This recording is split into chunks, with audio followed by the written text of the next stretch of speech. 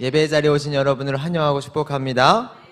우리 주 예수 그리스도를 예배하는 시간에 저와 여러분들에게 크신 하나님의 은혜와 사랑이 함께하기를 간절히 소망합니다. 제가 근래 아팠었잖아요. 아시죠? 그래서 수요 설교를 2달 만에, 2달 조금 지났더라고요. 그래서 새벽에는 몰랐는데 굉장히 떨립니다. 이 자리가. 그러나 또 이렇게 불러주신 자리, 보내주신 자리 다 하나님의 은혜인 줄로 믿습니다. 날이 많이 추워지면서요, 근래 이제 많이 아프시더라고요. 또 이제 뉴스를 보니까 독감이 작년 대비 3배래요, 3배. 그래서 너무 이제 이 날이 추워지는 것뿐만 아니라 우리가 건강에서도 굉장히 적신호를 보이는 날입니다. 그러나 우리가 그조차도 오늘 함께 드릴 예배의 시간 가운데 하나님께서 임재하시는 뜨거운 불꽃으로 다 태워버릴 줄로 믿습니다.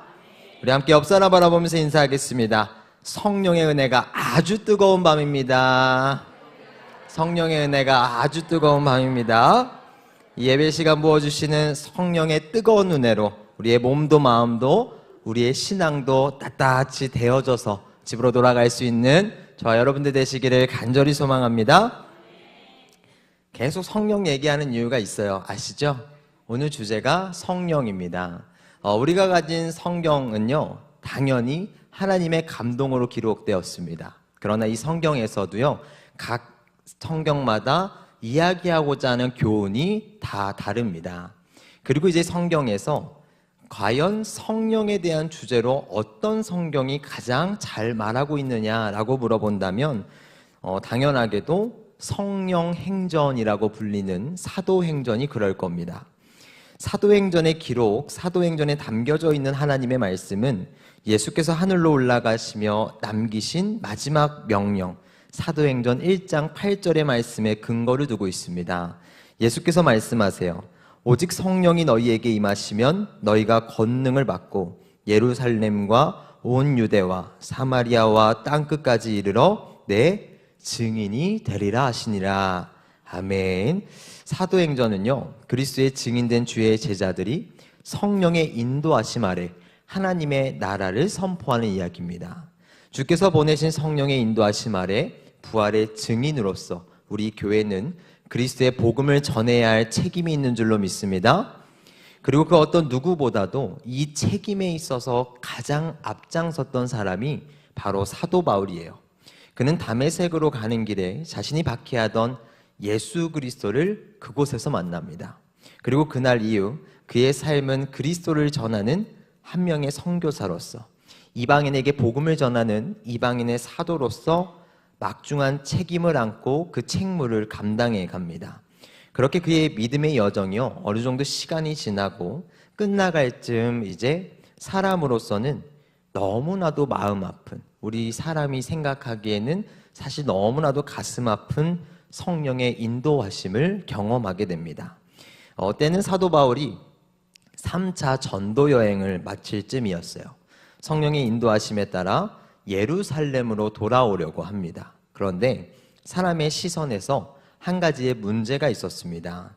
사도행전 20장 22절과 23절 말씀인데요, 우리 두 절의 말씀은 한 목소리로 읽겠습니다. 시작. 보라, 이제 나는 성령에 매여 예루살렘으로 가는데 거기서 무슨 일을 당하는지 알지 못하노라. 오직 성령이 각 성에서 내게 증언하여 결박과 환난이 나를 기다린다 하시나. 아멘. 성령에 매여 예루살렘으로 가는 길입니다. 내가 나의 뜻대로 간 게 아니고 성령에 매여서 예루살렘으로 가는 길인데 결박과 환난을 성령께서 예고하십니다.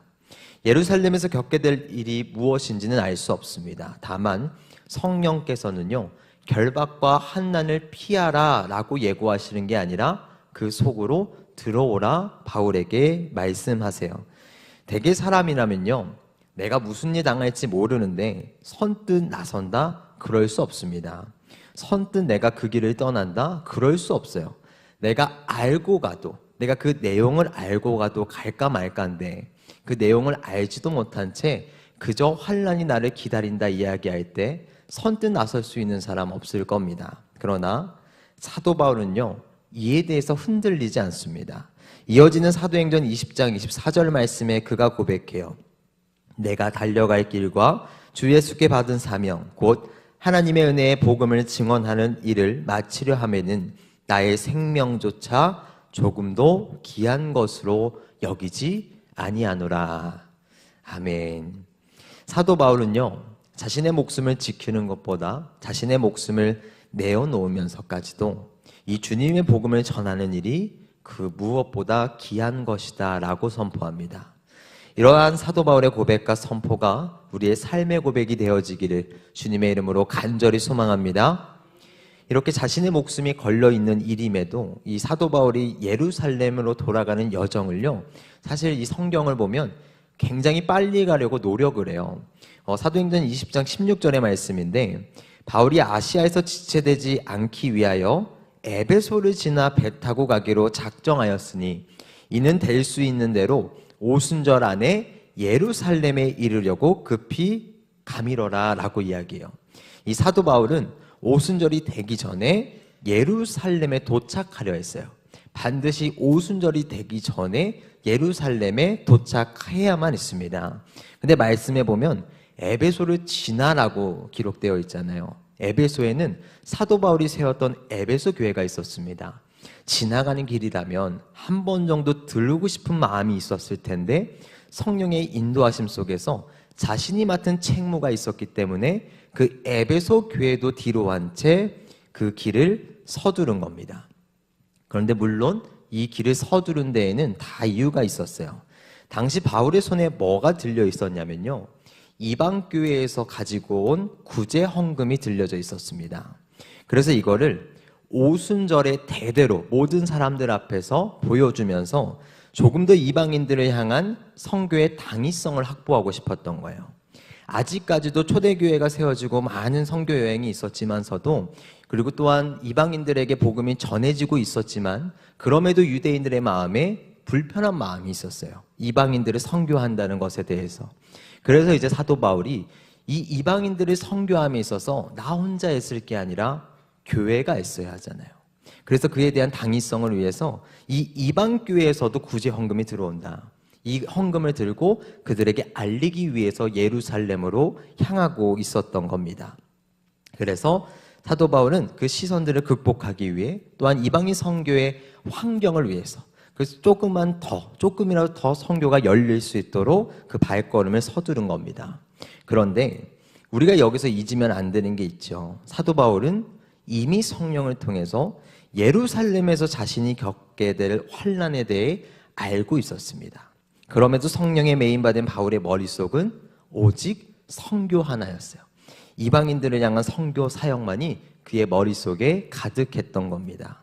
오히려 당사자는 아무런 걱정이 없어요. 예루살렘으로 돌아가는데 그저 하나님 부르시니까, 그저 그곳에 선교의 뜻이 있으니까 떠나는데, 성령이 인도하셔서 가는 건데, 예루살렘으로 돌아가는 곳곳마다 수많은 사람들을 사도 바울을 걱정하고요, 계속해서 가지 말라고 만류합니다. 오늘 본문 아니고 21장 4절 말씀을 함께 보면, 제자들을 찾아 거기서 이래를 머물더니 그 제자들이 성령의 감동으로 바울더러 예루살렘에 들어가지 말라 하더라 이야기해요. 두로에 도착한 사도 바울에게 제자들이 이야기합니다. 예루살렘에 들어가지 마십시오. 아니, 바울 선생님, 왜 예루살렘에 들어가려 하십니까?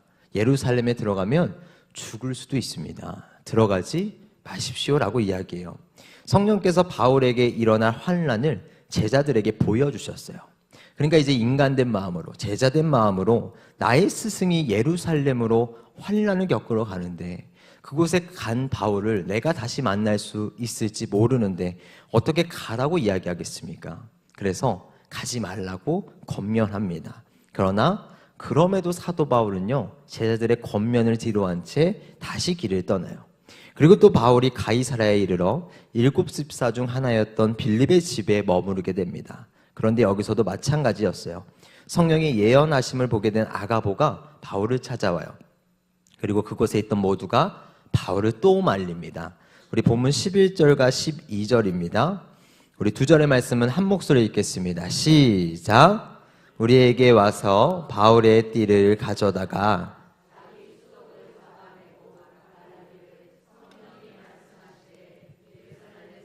유대인들이 이같이 이 띠 임자를 결박하여 이방인의 손에 넘겨주리라 하거늘 우리가 그 말을 듣고 그곳 사람들과 더불어 예루살렘으로 올라가지 말라 권하니. 아멘. 이제는 바울에게 닥칠 환난에 대해서 아가보가 구체적으로 예언합니다. 그러고 나니까 이제 바울에게 예루살렘으로 올라가지 말라고 사람들이 더 뜯어 말려요. 그러고 나니까 이제 사도 바울의 마음도 사실 어려웠습니다. 그래서 말해요. 13절에 바울이 대답하되 여러분이 어찌하여 울어 내 마음을 상하게 하십니까? 라고 이야기해요.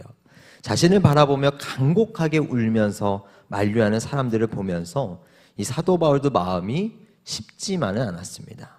이 원문을 통해 보면 내 마음을 상하게 하느냐라는 표현이요, 그들로 인해서 사도 바울의 마음이 계속해서 두들겨졌다라는 뜻이에요. 그래서 계속 두들기니까 어떻게 돼요? 약해졌다는 뜻입니다. 자신의 결단에 대해서 자신을 걱정하면서 눈물로 거듭해서 만류하는 사람들을 보니까 사도 바울도 마음이 끝내 어려웠던 겁니다. 그럼에도 사도 바울이요, 결단하며 고백합니다. 나는 주 예수의 이름을 위하여 결박당할 뿐 아니라 예루살렘에서 죽을 것도 각오하였노라. 다시금 다짐하는 거예요. 나는 주 예수의 이름을 위하여 결박당할 뿐 아니라 예루살렘에서 죽을 것도 각오했습니다. 어쩌면요, 이 성령의 예언하심 이후부터 사도 바울의 행적들을 보면, 또 제자들을 향해 이야기하는 그의 결단이나 다짐을 보면요, 단순히 그들에게 이별을 고하고 있다기보다 나에게 닥칠 환난, 또 이제 나에게 닥칠 이 고난으로부터 스스로 흔들리지 않을 수 있도록 스스로 끊임없이 다짐하고 결단하기 위해서 계속해서 이런 말을 반복하지 않았을까라는 생각도 들게 됩니다. 사실 바울이라고 무섭지 않았겠습니까? 무슨 일이 있을지도 모르는데 그저 성령께서 인도하시기에 내가 그 길을 가는데 무슨 일이 있을지 모르고 내가 그곳에서 말도 안 되는 환난을 만나게 될 텐데 바울이라고 두렵지 않았겠어요? 예수께서도 십자가를 지시기 전에요, 겟세마네 동산에서 간절히 기도하시죠. 그럼에도 예수께서도 사도 바울도 왜 그곳에서 흔들리지 않고 결단할 수 있었느냐? 그곳에 주의 뜻이 있었기 때문이에요. 그것이 주의 뜻이었기 때문에 예수께서 십자가를 짊어지셨고요, 마찬가지로 사도 바울도 예루살렘으로 향한 겁니다. 주의 뜻대로 사도 바울은 마침내 예루살렘에 당도해요. 그리고 그곳에서 야고보와 장로들에게 자신의 이방인 선교 사역을 보고하고요, 함께 기뻐합니다. 그러나 사도 바울에게 곧 닥칠 환난이 이미 예언되어 있었어요. 그리고 그 환난이 점점 윤곽을 드러내는데 21절과 22절에 보면 내가 이방에 있는 모든 유대인을 가르치되 모세를 배반하고 아들들에게 할례를 행하지 말고 또 관습을 지키지 말라 한다 함을 그들이 들었도다. 그러면 어찌할꼬 그들이 필연 그대가 온 것을 들으리니 라고 이야기합니다. 사도 바울이 유대인의 관습을 지키지 않은 것, 또 그러한 가르침에 대해서 유대인들이 문제를 삼습니다. 그런데 사도행전 15장의 말씀에 보면요, 사실 예루살렘에서 이미 다 끝난 이야기예요. 전혀 문제가 될 게 하나도 없었고요, 지금 사도 바울이 잘못한 것도 없었습니다. 이미 다 결정이 됐던 문제예요. 그러나 이미 사도 바울은 그들에게 있어서 눈의 가시였던 거예요. 사도 바울을 적대하고 모함하는 자들이 여전히 그 문제를 가지고 이미 끝난 얘기임에도 불구하고 걸고 넘어진 겁니다. 물론 이에 대해서 나름의 방안을 강구합니다. 그러나 어찌 성령께서 예고하신 환난을 피해갈 수 있게 했습니까? 아시아에서 온 유대인들이 바울을 결국 결박해요. 그들의 시선에 사도 바울이라는 존재 자체가 눈의 가시였던 거죠. 그가 어떠한 노력을 하고 그들의 전통대로 무엇을 한다 한들 그들의 입장에서 사도 바울이 무엇을 하는 건 아무것도 중요한 게 아니었던 겁니다. 그렇기에 바울은 이 상황을 아무것도 극복할 수가 없었습니다. 그들의 눈에 바울은 이방인들에게 유대인의 전통에 어긋난 잘못된 가르침을 전하는 이단아일 뿐이었어요. 또 거룩한 성전을 더럽히는 자로밖에 보이지 않았던 겁니다. 그래서 그 이유로 바울을 죽이고자 해요. 그러나 성령의 인도하심, 진짜 주의 뜻은요, 이곳에서 바울이 죽는 걸 원치 않으셨습니다. 우리 사도행전 21장 31절과 32절입니다. 우리 한 목소리로 두 절의 말씀을 읽겠습니다. 시작! 그들이 그를 죽이려 할 때 온 예루살렘이 요란하다는 소문이 군대의 천부장에게 들림에 그가 급히 군인들과 백부장들을 거느리고 달려 내려가니 바울 치기를 그치는지라. 아멘. 바울을 죽이려는 유대인들의 소동에 이제 로마 군대가 그곳에 당도해요. 하나님께서는 여기서 천부장의 개입을 통해서 바울이 그곳에서 죽지 않도록 막으십니다. 물론 여기서 중요한 게요, 하나님께서 도우셔서 사도 바울이 죽지 않았다는 게 중요한 게 아니에요. 이 역시도 하나님께서 사도 바울에게 예비하신 환난이었고요, 사도 바울을 사용하시고자 했던 하나님의 계획이었습니다. 그리고 그 신호탄이 그 환난 속에서도 주저하지 않았던 사도 바울을 통해서 드러납니다. 사도행전 21장 39절과 40절 말씀입니다. 바울이 이르되 나는 유대인이라 소읍이 아닌 길리기아 다소시의 시민이니 청컨대 백성에게 말하기를 허락하라 하니 천부장이 허락하거늘 바울이 층대 위에 서서 백성에게 손짓하여 매우 조용히 한 후에 히브리 말로 말하니라. 아멘. 자신에게 주어진 상황 속에서 사도 바울은 두려워하지 않았습니다. 오히려 그 상황 속에서도 그의 지혜가 빛을 발하고요, 그곳에서도 사도 바울은 그리스도의 복음을 선포합니다. 그리고 이를 시작으로 무슨 일이 일어나요? 제4차 선교여행, 제수로서 압송되어가는 그 여정 속에서도 사도 바울은 끊임없이 복음을 전했고요, 결국 그 복음은 로마라는 나라에까지 당도할 수 있게 됩니다. 수많은 이들의 걱정과 만류가 있었습니다. 그럼에도 환난 속으로 사도 바울은 걸어갔어요. 왜냐? 주의 뜻이 그곳에 있었기 때문이에요. 그곳에 무엇이 있었는지 모릅니다. 사도 바울도 몰랐어요. 그곳에 환난은 있겠지만 그 환난의 내용을 전혀 알지 못했고요, 자신이 제수로 끌려 로마에 갈 거라고 알지도 못했습니다. 그러나 성령의 인도하심 아래 그곳에 주의 뜻이 있었기에 하나님 나라의 확장이라는 그리스도의 사명이 사도 바울에게 있었기 때문에 사도 바울은 떠날 수 있었던 겁니다. 1866년 27세라는 나이에, 젊은 나이죠, 조선 땅에서 생을 마감한 토마스 선교사님이라는 분이 있습니다. 그는 런던에서 이제 23살이라는 나이에 목사 안수를 받고요, 곧장 자신의 아내와 함께 중국에서 선교의 사명을 감당해 나갑니다. 그러나 그의 선교가요, 참 쉽지 않았어요. 중국에 도착한 지 3개월밖에 안 됐는데 이 중국의 낯선 환경 탓이었는지 아니면 이제 오래된 추위로 인해서였는지 임신 중이던 아내가 그곳에서 생을 마감합니다. 그곳에서 이제 토마스 선교사가 마음이 어려웠던 게 뭐냐면, 선교를 하고자 한 건 난데 왜 아내가 죽어야 하는가라는 의문을 가지게 돼요. 그래서 그 마음의 어려움을 이겨내지 못하고 결국 자책 속에서 다시 런던으로 돌아오게 됩니다. 그래서 그는 거기서요, 스스로 결단해요. 나는 이제 더 이상 목사로 살 수 없다. 그래서 목사로서, 선교사로서의 모든 이제 직분을 내려놓게 됩니다. 그래서 자책 속에서 이제 세간에서 일을 시작했어요. 그러면서 이제 하루하루 자책 속에 살아가고 있었는데, 이렇게 끝날 줄 알았던 그의 선교의 여정이요, 한 사람을 만나고 한 사건을 통해서 다시금 일어나게 됩니다.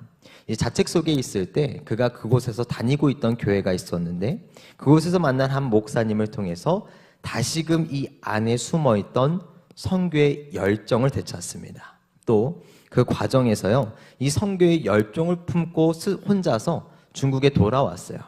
그런데 우연히 그 중국에서 마주친 천주교 신자들이 있었습니다. 근데 그들이 누구였냐면 조선에서 이 핍박받다가 도망쳐 온 사람들이었어요. 그러면서 처음으로 조선이라는 나라를 알게 되고요, 거기서 하나의 사실을 알게 돼요. 조선에는 성경책이 없다. 그때 성령께서 이 토마스 선교사님에게 한 가지의 마음을 생겨나게 하십니다. 조선 땅에 아직까지 단 한 권도 닿지 않은 그 성경책을 내가 전해주고 싶다. 그렇게 선교길에 오른 이 토마스 선교사님이요, 이제 27살이라는 나이, 꽃다운 나이에 조선인들의 손에 의해서 조선 땅을 밟음과 동시에 죽음을 맞이하게 됩니다. 그런데 그가 죽음을 맞이하던 그 순간까지도요, 이 피 흘린 손으로 이 피 묻은 성경책을 내밀면서 조선말로, 한국말로 딱 한마디 했대요. 계속. 뭐라 했을까요? 이 성경책을 내밀면서 딱 한마디 한 거예요. 예수만 외친 겁니다. 할 줄 알았던 한국말이 많지 않았습니다. 그래서 계속 외친 거예요. 예수. 그들이 나를 죽이고 있음에도 불구하고 계속 외친 거예요. 예수라고. 물론 토마스 선교사님은요, 그렇게 순교합니다. 그가 조선 땅에서 이룬 것은 스스로 그곳에서 이룬 거 하나도 없어 보였어요. 그렇게 이제 한국 개신교 역사에서 최초의 순교자로서 우리나라 땅에 한국교회 처음으로 복음의 씨앗을 심습니다. 왜 이것이 씨앗이 되었습니까? 그가 내민 그 성경책이, 그로 인해서 흩어져간 성경의 장장들이 처음으로 한국 땅에 성경이 들어오고 사람들이 그 성경을 읽고 회개하며 구원을 받는 놀라운 역사가 그곳에서 시작되었기 때문이에요. 그가 목숨을 바쳐가며 모든 이들의 만류에도 불구하고 이 조선이라는 땅, 우리나라 땅에 성경을 들고 찾아온 이유가 무엇이었습니까? 그 땅에 성경을 전해주라 하시는, 복음을 전해주라 하시는 성령의 인도하심, 하나님의 뜻이 있었기 때문입니다. 사랑하는 성도 여러분, 말씀을 마치겠습니다. 어떻게 사도 바울은요, 한난이 예비되어 있음을 알고도 모두가 만류하는 그 상황 속에서도 예루살렘으로 돌아올 수 있었습니까? 또 결국 자신에게 닥친 환난 속에서 그가 두려워하지 않고 오히려 그곳에서 복음을 전할 수 있었습니까? 주의 뜻이 그곳에 있었기 때문이에요. 오직 성령이 너희에게 임하시면 너희가 권능을 받고 예루살렘과 온 유대와 사마리아와 땅끝까지 이르러 내 증인이 되리라 하시니라. 그리스도의 증인으로서 사도 바울은 주의 뜻에 순종합니다. 비록 자신에게 닥칠 환난이 무엇인지도 몰랐고요, 그 환난을 통해서 어떠한 일을 하나님께서 보이실지도 알지 못했지만 그저 사도 바울은 주의 뜻에 순종해요. 이 순종의 결과가 로마로까지 복음이 전해지는 놀라운 위대한 신호탄이 되어진 겁니다. 사랑하는 성도 여러분, 복음을 전하는 것보다 더 위대한 일은 없는 줄로 믿습니다. 그리스도의 증인으로서 그리스도의 말씀을 증거하는 것보다 더 귀한 것은 없는 줄로 믿습니다. 비록 그로 인해서 수많은 어려움이 있을 수 있습니다. 우리가 스스로 환난 속에 걸어가야 할 수도 있어요. 그러나 그 무엇이 우리를 기다린다 할지라도 그게 주의 뜻이라면 사도 바울과 같이 담대한 믿음으로, 토마스 선교사님과 같이 순종하는 마음으로 그 길을 걸어갈 수 있는 저와 여러분들 되시기를 주님의 이름으로 간절히 소망합니다. 기도하겠습니다. 예배의 자리로 인도하신 하나님 감사합니다. 주께서 허락하신 이 시간에 우리가 감사하며 오늘 주신 말씀을 내 마음에 담아 삶으로 나아갈 수 있는 우리 모두가 되게 하여 주시옵소서. 주여, 사도 바울은 자신에게 닥칠 환난이 예비되었음에도 불구하고 주의 말씀을 따라 예루살렘으로 향했습니다. 인간된 마음으로 걱정하는 이들도, 인간된 생각으로 아파하는 이들도 있었습니다. 주님, 우리가 서 있는 신앙의 자리가 걱정하는 이들의 자리에 있는 게 아니라 바울과 같이 담대히 주의 말씀을 따라 순종하며 나아갈 수 있는 우리 모두가 되게 하여 주시옵소서. 하나님 부르시면 그곳에 주의 뜻이 있노라 하시면 두려워하지 아니하고 담대히 나아갈 수 있는 주의 선교사들이 될 수 있는 우리 모두가 되어지게 하여 주시옵소서. 우리의 삶의 자리를 지키시고 우리의 삶의 자리에 늘 동행하시는 예수 그리스도의 능력이 우리 가운데 함께하는 줄로 믿습니다. 하나님, 내 삶의 자리에서 목숨을 바쳐 일할 일 많지 않을 수 있지만 내 삶의 작은 것 하나도 복음을 전하는 일에 최선을 다하며 내 삶의 작은 것 하나도 말씀의 생명력을 드러내기 위해 살아갈 수 있는 여기에 있는 우리 모두가 되어질 수 있도록 하나님 함께하여 주시옵소서. 언제나 우리 삶에 함께하시고 동행하시는 우리 주 예수 그리스도의 이름으로 기도했습니다. 아멘.